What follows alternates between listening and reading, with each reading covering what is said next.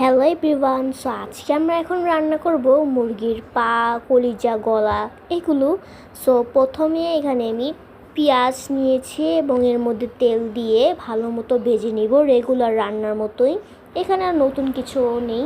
এখন আমি যেভাবে রান্না করছি ঠিক সেভাবে যদি আপনারাও রান্না করেন তাহলে কিন্তু খুব ভালো হবে।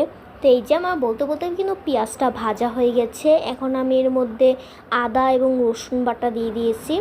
ভালো করে মিক্সড করার পর এখন আমি এর মধ্যে মশলা দিয়ে দিব। সো প্রথমে দিয়ে দিচ্ছি ধনিয়ার গুঁড়া, তারপর দিয়ে দিব হলুদের গুঁড়া। এরপর আমি এটা একটু বেশি ঝাল চাই, তার জন্য 2 চামচ এখানে মরিচের গুঁড়া দিয়ে দিচ্ছি। আপনারা ঝালটা আপনাদের হিসাব মতো দিবেন। স্বাদ মতো লবণ দিয়ে দিব। এখন এখানে আমি মুরগিগুলোকে ভালো করে ধুয়ে নিয়েছি, এবার আমি শুধু দিয়ে দিব।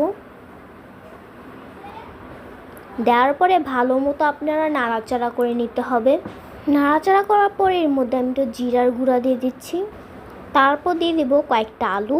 আপনারা চাইলে এটা স্কিপও করতে পারেন। তারপর এগুলো আবার ভালো করে মিক্সড করে নিব। এখন ঢাকনা দিয়ে কিছুক্ষণের জন্য এটা ঢেকে দিব। ঢাকনাটা তোলার ফলেই দেখতে পাচ্ছেন কত সুন্দর একটা কালার এসেছে, আর স্মেলটাও কিন্তু খুব ভালো এসেছে।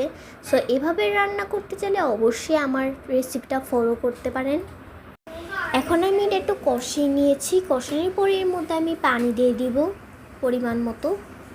পানি দেওয়ার পর এটা ভালো মতো মিশিয়ে নিতে হবে। সো খুব সহজেই কিন্তু আমাদের মুরগির পা রান্না করা হয়ে গেছে একদম সহজভাবে। সো এইভাবে রান্না করতে চাইলে অবশ্যই আমার রেসিপিটা ফলো করবেন এবং চ্যানেলটাকে সাবস্ক্রাইব হয়ে থাকবেন যদি নতুন হয়ে থাকেন।